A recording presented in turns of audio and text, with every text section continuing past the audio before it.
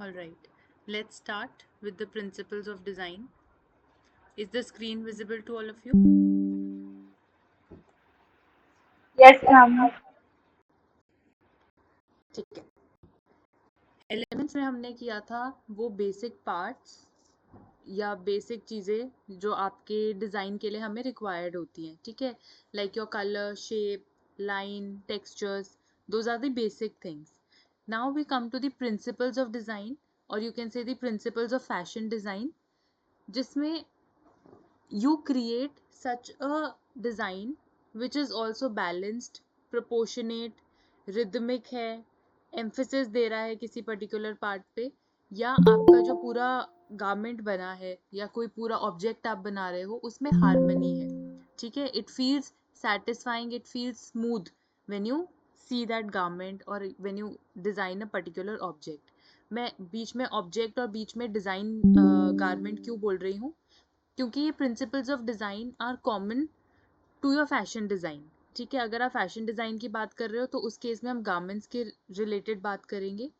अगर यही principles of design आप इंटीरियर डिज़ाइनिंग में यूज़ करते हो तो हम ऑब्जेक्ट्स की बात करते हैं, ठीक है. This is why I am switching my words from garment और अपैरल एंड ऑब्जेक्ट्स. ओके, तो एलिमेंट्स एंड प्रिंसिपल्स हमेशा सेम ही रहते हैं डिज़ाइन के, चाहे आप किसी भी एस्पेक्ट में बात करो. सो प्रिंसिपल ऑफ डिज़ाइन में सबसे पहले आता है हमारे पास बैलेंस, ठीक है. बैलेंस क्या होता है कि जब आप किसी भी गारमेंट को देखते हो या किसी ऑब्जेक्ट को देखते हो, you feel that it is the same on left hand side and the right hand side, और on the upper part and the lower part. उसको देख के आपको लगे कि सब कुछ बैलेंस्ड स्टेट पे है, ठीक है. So that is called balance. अब हमारा बैलेंस सिमेट्रिक हो सकता है, एसिमेट्रिक हो सकता है एंड रेडियल हो सकता है, ठीक है. सिमेट्रिक बैलेंस कौन सा है, जैसे आपका ये ओवरकोट है, if you cut it from half like this vertically, तो आपका लेफ्ट हैंड साइड जैसा है वैसा ही आपका राइट हैंड साइड दिखेगा. तो आप जब इसको ओवरलैप करोगे ये कंप्लीटली एक दूसरे के ऊपर ओवरलैप कर जाएगा. This is called symmetric balance. Then we have asymmetric balance. Asymmetric में क्या है कि आपका कुछ पार्ट सिमेट्रिक है, कुछ रीजन एसिमेट्रिक जा रहा है. Like you if you see the sleeve of this overcoat, दोनों की स्लीव्स एक जैसी है, कॉलर एक जैसा है, लेकिन when you see the central part, इसमें कुछ एसिमेट्रिक रीजन है which is not completely overlapping, ठीक है. This is why we call it asymmetric. Similarly आप ये वाला गारमेंट देखो, इसमें भी यही है, एसिमेट्रिक है. इसको ऐसे कट करोगे वर्टिकली तो नीचे वाले पोर्शन में left hand side right side overlap नहीं करेगा, लेकिन ऊपर वाला कर रहा है, ठीक है. This is called asymmetric. Third we have is radial. Radial मतलब सर्कुलर पार्ट में, ठीक है, where in you have one centre point और उसके अराउंड बैलेंस क्रिएट किया हुआ है. जैसे आप ये वाला गारमेंट देखो, यहाँ पे एक फोकल पॉइंट बनाया है एंड उसके अराउंड बैलेंस शो हो रहा है, ठीक है. Similarly with this design there is a focal point and around which a balance is created, ठीक है. So these are three types of balance: symmetric, asymmetric and radial. बताओ, clear है?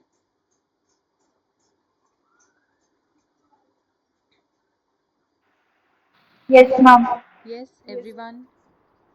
So this was your first principle of design. Your second principle is proportion. Proportion क्या कहता है कि जब भी आपने कोई भी गारमेंट डिजाइन करना है, कुछ ऐसा proportion रखना है so that it does not look imbalanced, ठीक है. तो हम यूजुअली कैसा proportion ट्राई करते हैं? फर्स्ट इज 3:5:8, जिसमें जो अपर रीजन है वो 3 यूनिट्स का मल्टीपल होना चाहिए, जो लोअर रीजन है वो 5 का, and in total it becomes 8, ठीक है. ऐसे ही अगर आप लॉन्ग कुछ बना रहे हो, लॉन्ग ड्रेस है, या जैसे यहाँ पे ब्लेजर एंड पैंट वाला कॉम्बिनेशन है, तो in that case your upper region should be of 5 units, lower one should be a multiple of 8 units, and total होना चाहिए 13. तो मतलब वो दूसरा रेशो क्या बन गया, 5:8:13। ठीक है। सो आपने जब भी कोई ड्रेस डिजाइन करनी है कुछ ऐसे प्रोपोर्शंस में ही करनी। ओके। अब ये जो 3:5:8 वाला प्रोपोर्शन है, this is called golden oblong. इसको लिख लो, इसको स्पेसिफिकली क्या कहा जाता है, it is called golden oblong, 3:5:8 वाला प्रोपोर्शन।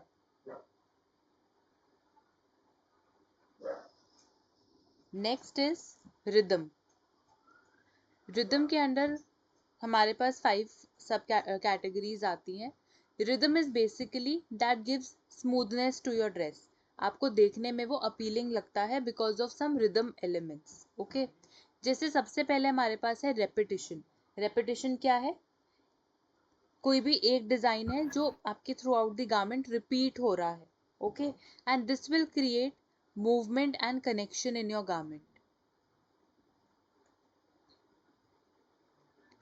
ठीक है। अब out of these 5 pictures can you identify यहाँ पे रेपिटेशन कहाँ पे हो रहा है?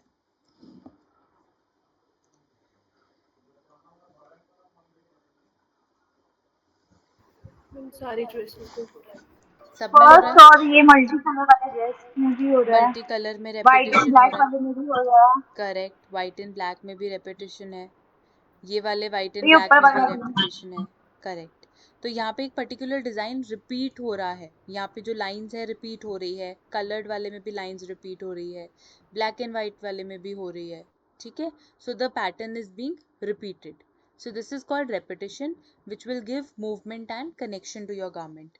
Then we have gradation. Gradation क्या होता है कि gradually कुछ increase या decrease कर रहा है। Okay. It can be lines, it can be colors, it can be any particular pattern। कि मान लो ऊपर बहुत सारे फ्लावर्स बने हैं एंड करते करते फ्लावर्स छोटे छोटे होते जा रहे हैं, this is also gradation. So out of these 5 pictures can you identify gradation?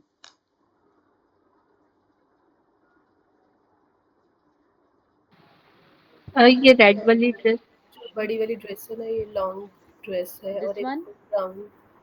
Yes ma'am, yes ये भी मैम। है और नीचे वाले भी है। Okay, let me give it numbers. ऐसे ऊपर नीचे करके नहीं पता लगता। 1 2 3 4, दिस इज 5। अब बताओ मैम ये जो ग्रेडेशन किस में दिख रहा है? 3 एंड 2 में। 3 में एंड 2 2 में। में भी ओके, है। 2 में तो आपको कलर का ग्रेडेशन दिख रहा है ना? 3 में क्या दिख रहा है?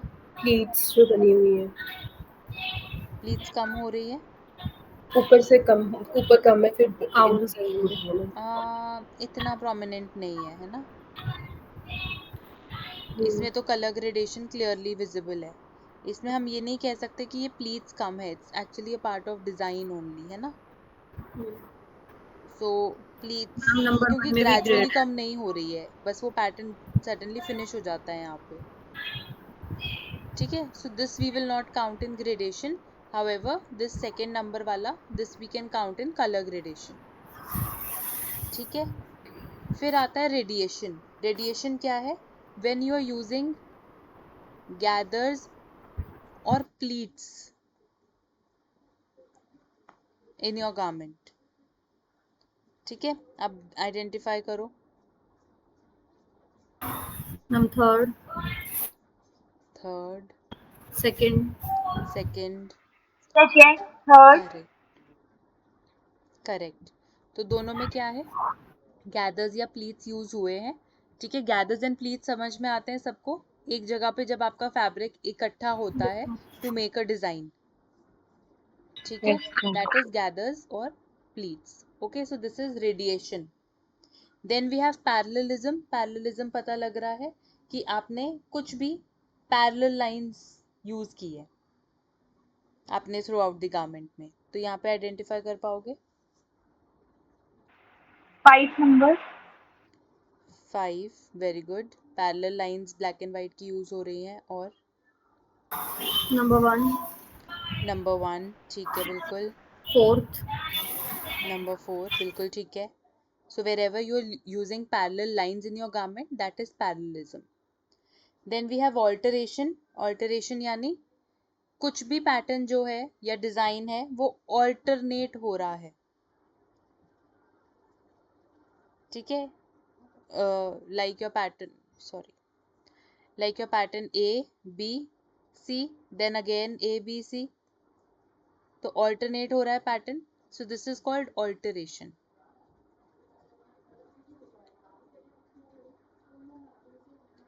Identify करो pictures में से. 4 and 5. 5. 4, 5. How about 1? Yes ma'am. 1 में कैसे? मैम ऊपर भी ब्लॉक्स है, नीचे भी ब्लॉक्स है, अपर एंड लोअर भी. पर वो alternate थोड़े ही हो रहे हैं. तो मैंने कंफ्यूज करने के लिए पूछा था आपको. ऑल्टरनेट तो यही हुआ ना कि ये पर्टिकुलर पैटर्न आया, फिर से सेम पर्टिकुलर पैटर्न रिपीट हुआ. तो यहाँ पे तो कंटिन्यू है, लाइंस ही रिपीट हो रही हैं, है ना, but they are not alternating with each other. या तो वो ब्लैक एंड व्हाइट कलर की लाइंस होती डिफरेंट डिफरेंट, तब हम कहते हैं कि वो ऑल्टरनेट हो रही है. ठीक है. So these are the yes ma'am. 5 parts और 5 elements of your rhythm principle. यहाँ तक क्लियर है सबको? Yes everyone? Yes, ma'am. Yes. Yes ma'am. ठीक है. फिर आता है हमारे पास emphasis. Emphasis is very simple. आपके थ्रू आउट द गारमेंट में मेन एम्फेसिस, मेन फोकस किस पे जाता है? That creates an emphasis on your garment. ठीक है. तो आप जैसे ये पिक्चर बनी है, you can identify where the emphasis goes in. कहाँ जा रहा है वो सारा ध्यान, फोकस? मैम दुपट्टा. दुपट्टा पे. ठीक है. So that dupatta is the emphasis of your entire garment.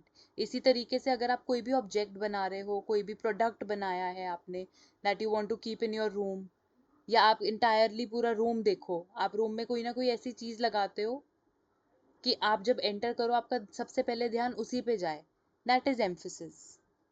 ठीक है. फिर आता है हार्मनी और unity. That is basically that you keep your two sides proportionate, equal and balanced, ताकि आपका क्लियर कॉन्सेप्ट जो आपके गारमेंट का या प्रोडक्ट का है वो आपको विजिबल हो. राइट. तो जैसे आप ऊपर वाला देखो, do you see harmony here? Unity दिख रही है लेफ्ट एंड राइट साइड पे पूरी तरह. Yes, ma'am. And how about in the second picture? नहीं दिख रहा है. नहीं दिख रहा. क्यों? क्योंकि इसका left and right side equal नहीं है. ठीक है. सेम भी नहीं है. ऑल्दो इसका पैटर्न अगर हम ओवरलैप करते हैं तो ये ओवरलैप होगा एक दूसरे के ऊपर, राइट. लेकिन अगर आप इसके पैटर्न को देखो, डिजाइन को देखो, they are not the same on both the sides. ठीक है. और हमें देखने में भी अपीलिंग नहीं लग रहा. ठीक है.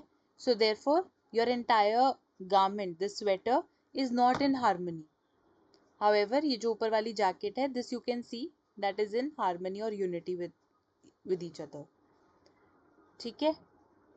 ये सारे 5 प्रिंसिपल्स क्लियर हुए सबको? Balance, proportion, rhythm, emphasis, harmony.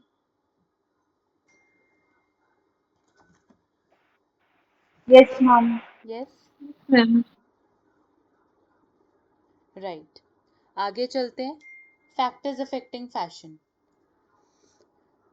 Now fashion basically क्या है? इट्स अ फैड और योर ट्रेंड जो फॉलो किया जाता है. ठीक है. Making any garment, any pattern, any design being more acceptable in the society than any other garment. ठीक है. अब बहुत सारे फैक्टर्स हैं जो फैशन को इन्फ्लुएंस करते हैं. सबसे पहले आपका इकोनॉमिक फैक्टर्स, जैसे इन्फ्लेशन होती है मार्केट में, डिफ्लेशन होती है, availability of funds with a person. ठीक है. अगर आप किसी पर्टिकुलर सोसाइटी के बारे में बात कर रहे हो तो क्या वो हाई क्लास सोसाइटी है या मिडिल क्लास है या लोअर क्लास है, तो ये सब इकोनॉमिक फैक्टर्स इन्वॉल्व होते हैं इन चूजिंग अ फैशन और any trend that is being decided. Then comes your social factors, जैसे एज हो गया. So if I talk about middle aged women, उनका फैशन डिफरेंट है. यंगस्टर्स की बात करें, एडोलेसेंट एज वाले, उनका फैशन डिफरेंट है. ठीक है. Then how frequently a person goes out, अगर कोई बहुत ज़्यादा पार्टी वगैरह में इन्वॉल्व है, हर दूसरे दिन उनकी पार्टीज होती हैं, then they will have a very different fashion sense. If a person is very home going और इतना आना जाना नहीं होता बाहर, या ज़्यादातर वर्क प्लेस पे ही रहना होता है, वर्क प्लेस में कैसा इन्वायरमेंट है, इन सब चीज़ों पे आपका फैशन डिपेंड करेगा. ठीक है, तो ये हो गए आपके social factors. Then comes your political factors, like applicability of taxes. ठीक है, अगर कोई पर्टिकुलर गवर्नमेंट है जो सस्टेनेबल फैब्रिक को प्रमोट कर रही है and you are in favour of that government, तो आप भी सस्टेनेबल फैब्रिक की तरफ जाओगे. ठीक है, तो ये हो गया political factor. And last is technological factors, जैसे कि use of social media. Now any designer who has designed a very beautiful garment जिसमें बहुत अच्छा प्लाजो बना है, बहुत अच्छा टॉप बना है, पर वो पब्लिसाइज नहीं हो रहा, द स्कोप इज लेस, या टेक्नोलॉजी का यूज नहीं कर रहा, तो वहाँ पे फैशन को वो इन्फ्लुएंस नहीं कर पाएगा. ठीक है, सो आप बेसिकली आप किसी ट्रेंड को फॉलो करते हो, या आपको पता लगता है कोई नया ट्रेंड है गारमेंट में, तो वो पता कहाँ से लगता है, with the use of technology like your social media. And even उसको बाय करना भी from your social media sites, from your e commerce becomes easier. ठीक है, सो बहुत सारे टेक्नोलॉजिकल फैक्टर्स हैं जो फैशन को भी अफेक्ट करते हैं. ये फैक्टर्स क्लियर हुए? Yes, ma'am. Yes, everyone, can we move further? Yes, ma'am. Yes, okay. Then comes your fashion movement. Fashion movement क्या है? How your fashion is travelling throughout. एक नया गारमेंट लॉन्च हुआ, फिर वो लोगों तक कैसे पहुंचेगा, लोग उसको एक्सेप्ट करेंगे या नहीं करेंगे, ये सब चीज़ें, the flow of your fashion is basically your fashion movement. ठीक है, now there are certain principles of fashion movement. First is consumer acceptance or rejection defines a fashion. okay, consumer उसको एक्सेप्ट कर रहा है या विड्रॉ कर रहा है, रिजेक्ट कर रहा है, उसी से फैशन इन्फ्लुएंस होगा. Now price does not state a fashion acceptance. इसका मतलब क्या है कि मैंने अगर प्राइस बहुत कम रख दिया, तो इसका मतलब नहीं है कि लोग ज़्यादा एक्सेप्ट करने लग जाएंगे. और अदर एंड भी नहीं है, अगर मैंने प्राइस बहुत ज़्यादा एक्सपेंसिव रख दिया, इट डज नॉट स्टेट कि this is for high class people and this is the real trend और समथिंग, और उससे ज़्यादा एक्सेप्टेबिलिटी आ जाएगी. नहीं, प्राइस कभी भी आपके फैशन एक्सेप्टेंस को डिफाइन नहीं करेगा. ठीक है, अगर मैंने प्राइस बहुत एक्सपेंसिव रखा है, you can see that there is always a knockoff, मतलब the first copy or your second copy of an expensive garment. तो ऐसा नहीं है कि मैंने प्राइस हाई रखा तो वो एक्सेप्ट जल्दी होगा, उसका आपको नॉक ऑफ बहुत जल्दी मिल जाएगा. ठीक है, then we have sales promotion does not determine fashion. Although हम अगर सेल ज़्यादा लगाते हैं तो लोग ज़्यादा अप्रोच करते हैं, पर ज़रूरी नहीं है कि वो लोग आएंगे और खरीद के ही जाएंगे. ठीक है, sales promotion can promote the sales only but not fashion. Then fashion movement is evolutionary not revolutionary. It will keep evolving over time, with time change होता ही रहेगा. रेवोल्यूशन नहीं लेके आएगा, कंप्लीटली पूरी सोसाइटी को चेंज नहीं कर सकता कोई भी एक फैशन, वो सिर्फ टाइम टू टाइम इवॉल्व होता रहता है. Now if you take a very simple example, palazzo का एग्जाम्पल लो. अभी बहुत साल पहले प्लाजोस चलते थे. ठीक है, लूज पैंट्स जैसे होते थे मेन में, वो चलते थे. विद टाइम वो लूज पैंट्स वाला ट्रेंड चला गया, फिर दोबारा आया, उसको विमेन ने अडॉप्ट किया एज प्लाजो, फिर वो ट्रेंड धीरे धीरे दोबारा चला गया. अब प्लाजो का कोई किसी को इतना शौक नहीं है. क्यों नहीं है? क्योंकि दैट इवॉल्व्ड ओवर टाइम. उसने कोई ड्रास्टिक चेंज नहीं लेके आया इंडस्ट्री में. इट वॉज जस्ट कि with for a short span of time it became the choice of people. It was the fashion movement for a time being, but उसके बाद वो खत्म हो गया. Last is fashion extremes cause reversals और abrupt changes. Fashion extremes का क्या मतलब है? जब फैशन बिल्कुल भी ट्रेंड में नहीं होता या बिल्कुल ट्रेंड उसका खत्म होने वाला होता है. These are fashion extremes. तो इस टाइम पे बेसिकली रिवर्सल आएगा कि आप दूसरे फैशन को अडॉप्ट करोगे या अपकमिंग फैशन को एक्सेप्ट करना स्टार्ट कर दोगे। ठीक है, are all the 5 principles clear to everyone?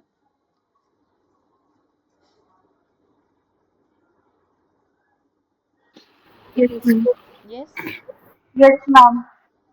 ठीक है। Now if we see the graph of fashion movement, कुछ रिलेटेबल सा ग्राफ लग रहा है, देखा हुआ सा, बेल शेप, बेल शेप्ड, और पैरामीट्रिक डाटा। पैरामेट्रिक डाटा, अच्छा जी, और वो लैगर्स और वो वाला जो हमने पढ़ा था, क्या Yes, था ma'am. वो? Regards for वो हम्म रिगार्ड्स वाला और अर्ली अडॉप्टर्स वाला। क्या था उसका नाम, क्या था, किसने दिया था? एडगर डेल, नहीं नहीं नहीं, वो था मैं कौन एक्सपीरियंस है, नहीं नहीं नहीं, वो नहीं था। Robert करके शायद। एवरेट रॉजर्स, एवरेट रॉजर्स ने दिया था ना ये?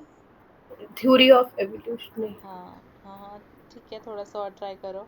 थ्योरी ऑफ, नॉट थ्योरी, कुछ इनोवेशन से रिलेटेड था। Diffusion. Diffusion of innovation. सब टुकड़ों टुकड़ों में जवाब दे रहे हैं, है ना? पेपर में सारे इकट्ठे बैठ जाना, डिस्कस करके आंसर लिख लेना। कुछ तो सबको ही पता होगा, है ना? Right, so this is the graph that resembles your Everett Rogers diffusion of innovation. ठीक है, तो उसमें भी उसने यही बताया था कि हमारे जो एक्सेप्टर्स होते हैं, है ना, जो हमारे इनोवेटर्स होते हैं, जो लोग फैशन को या किसी भी चीज़ को, if not fashion, anything that comes in the market, उसको कैसे एक्सेप्ट करते हैं। ठीक है, तो पहले हमारे पास इनोवेटर्स होते हैं, फिर अर्ली अडॉप्टर्स, उसके बाद early majority early majority, then Early majority, late majority, and लेगा लेगार्ड्स। ठीक है, सो हमारे पास innovators, early adopters, early majority, late majority and laggards. उसी तरीके से this is the graph that is showing us the fashion movement, और ये हमें क्या बता रहा है? एक्सेप्टेंस। तो हमारा कोई भी फैशन है, इंट्रोडक्टरी फेज आया उसका सबसे पहले, ठीक है, वो इंट्रोड्यूस हुआ मार्केट में, धीरे धीरे उसकी सेल्स में राइज आने लगा। There was a point when it came at the peak, सबसे हाईएस्ट सेल थी उसकी, and this was basically the acceptance phase, जहाँ पे मैक्सिमम लोगों ने उस पर्टिकुलर फैशन को एक्सेप्ट कर लिया। धीरे धीरे उसका डिक्लाइन होने लगा, वो फैशन आउट ऑफ ट्रेंड चला गया, रिजेक्शन फेज आने लग गई, एंड फाइनली योर गारमेंट और योर फैशन गॉट रिजेक्टेड। ठीक है, रिजेक्शन इज ऑल्सो कॉल्ड रेडिमेंटेशन।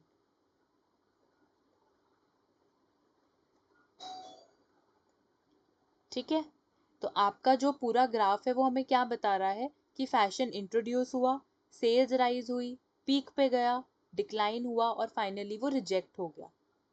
ठीक है, so this is called your fashion movement.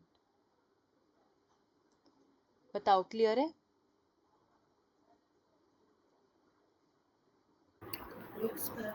Everyone? Yes, sir. Yes, perfect. Now these are certain theories which are called your fashion theories। ठीक है, अब fashion theories में क्या है, वो हमें बता रहा है कि कोई भी फैशन है वो कैसे मूव कर रहा है। Okay, first one is your pendulum theory. Pendulum theory में क्या पता चल रहा है? That it will keep switching in the society. एक टाइम पे फैशन ट्रेंड अपने मैक्सिमम स्टेज पे आ जाएगा, वो फिर ड्रॉप होने लग जाएगा, और फिर दोबारा से वो एक्सट्रीम केस में चला जाएगा।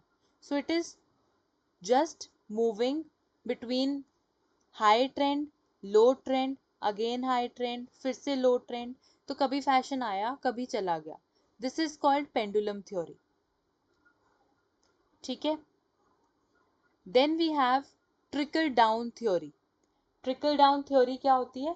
इसका दूसरा नाम लिख लो, downward flow theory. Now this is related to the social class, ठीक है, जो बता रहा है कि आपका फैशन जो है वो हाई क्लास में था एंड साइमल्टेनियसली धीरे धीरे करके वो middle class and lower class society में भी ट्रैवल करने लग गया. Okay, so one of the person or one of the society started it, which was basically the high class society, और उसने अपने फैशन ट्रेंड को नीचे दूसरी क्लास ऑफ सोसाइटीज में सेंड करना स्टार्ट कर दिया. ठीक है, for example a crop top. जो क्रॉप टॉप था that was not basically the fashion of your middle class. वो हाई क्लास लोगों ने स्टार्ट किया उसको फॉलो करना. हाई क्लास में भी वो डिस्ट्रीब्यूट हुआ, फिर सोशल मीडिया पे ऑब्जर्व हुआ, टीवी पे देखना शुरू हुआ, मूवीज में देखना शुरू हुआ, and simultaneously it passed on to the middle class and lower class. इसी का ऑपोजिट होता है trickle up theory, which is your upward flow theory. अब इसमें क्या हो रहा है, आपका ऑपोजिट डायरेक्शन में फ्लो चलेगा. कोई ऐसा ट्रेंड जो लोअर क्लास या मिडिल क्लास ने स्टार्ट किया एंड वो हायर क्लास ने अडॉप्ट कर लिया. फॉर एग्जाम्पल आपकी जो I don't know, I'm not getting that name. वो जो फटी फटी सी जीन्स आती है आपकी, रिप्ड जीन्स, ठीक है, that was basically a trend of your lower class and middle class, और वो अपर हायर क्लासेस में ट्रैवल करना स्टार्ट हो गया. ठीक है, so this is moving in the opposite direction and it is called your upward flow theory और trickle up theory. Now when your fashion is moving across the same society, same market flow, that is called your trickle across theory or your horizontal flow theory. अब कोई एक trend मैंने follow किया, ठीक है, मुझे कोई गारमेंट का कॉम्बिनेशन अच्छा लगा, मैंने उसको पहनना शुरू कर दिया. मुझे देखा देखी मेरी किसी फ्रेंड ने भी किया, फिर उसकी किसी फ्रेंड ने किया. ठीक है, so it is moving around the same class, same social group. This is called trickle across theory. ये क्लियर है सबको, all the fashion theories?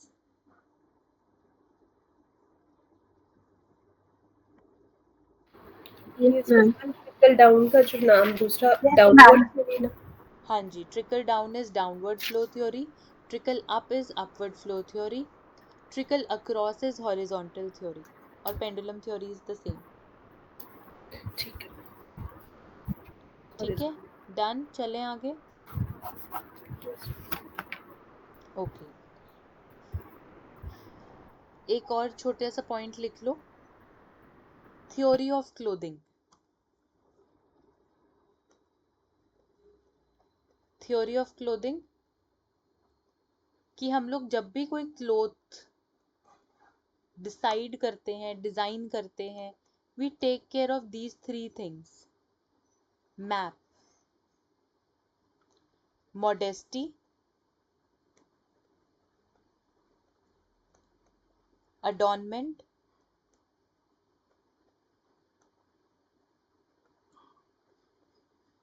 Protection. Modesty, adornment, protection. मॉडेस्टी क्या होता है? It is the protection of the private parts.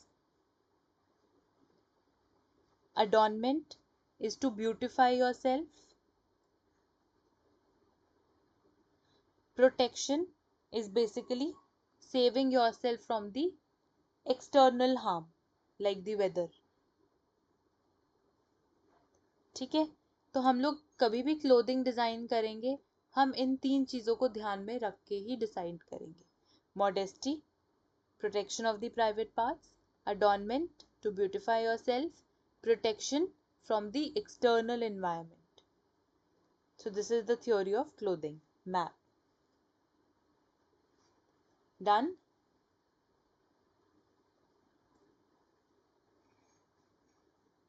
Yes. Yes, ma'am. Perfect. Chalo. Try answering this question.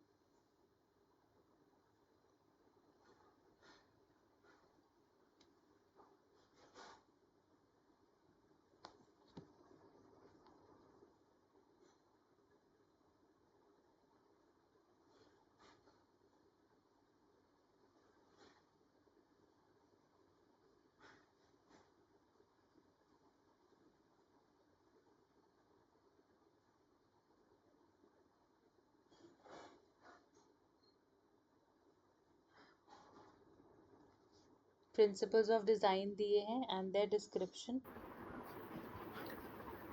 Option B. Option B. कोई और भी कुछ कह रहा था? ऑप्शन डी में।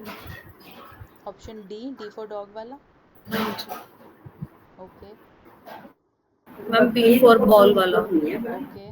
Ma'am option B. B. Okay.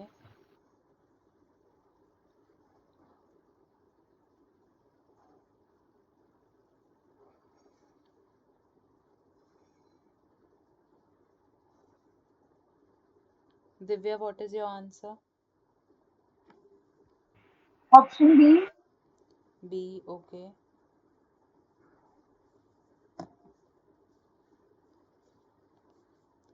Okay. Harmony. Harmony is unity. So when a design has unity, it holds the attention of the observer and gives a balanced look to the design. So harmony relate हो गया unity से, ठीक है? Then we have emphasis. Emphasis है आपका focal area, focus point, ठीक है? जब आपका सारा interest एक selected area में चला जाए as compared to the other areas. Then we have rhythm. Rhythm के अंडर हमने बहुत सारे सब पार्ट्स पढ़े थे, रेपिटेशन, ग्रेडेशन, रेडिकल अरेंजमेंट, यानी again it's your part of the focal point only. Then we have balance, कि एक पर्टिकुलर एरिया से usually the central line, be it vertical और हॉरिजॉन्टल, आपका विजुअल डिस्ट्रीब्यूशन सेम होना चाहिए। Then last is proportion. So proportion is related to the height, width and depth of the design, ठीक है? सुमिता, क्या कौन सा ऑप्शन देख के आपने डी मार्क किया था? मैम मैंने बी करना था, ई से भी देखा, मैंने मैच किया, पता नहीं डी क्यों बोल दिया, देखा मैंने ई बी था पूरा। वही मैं देख रही थी कि ऑप्शंस तो वही सिलेक्ट किए हुए थे। ठीक है, all right.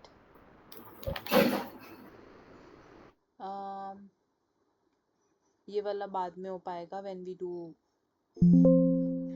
Dying and printing. बताओ, क्लियर है सबको आज का topic? Principles of design, fashion movement, yes ma'am. Yes, theory of clothing. कोई डाउट किसी को?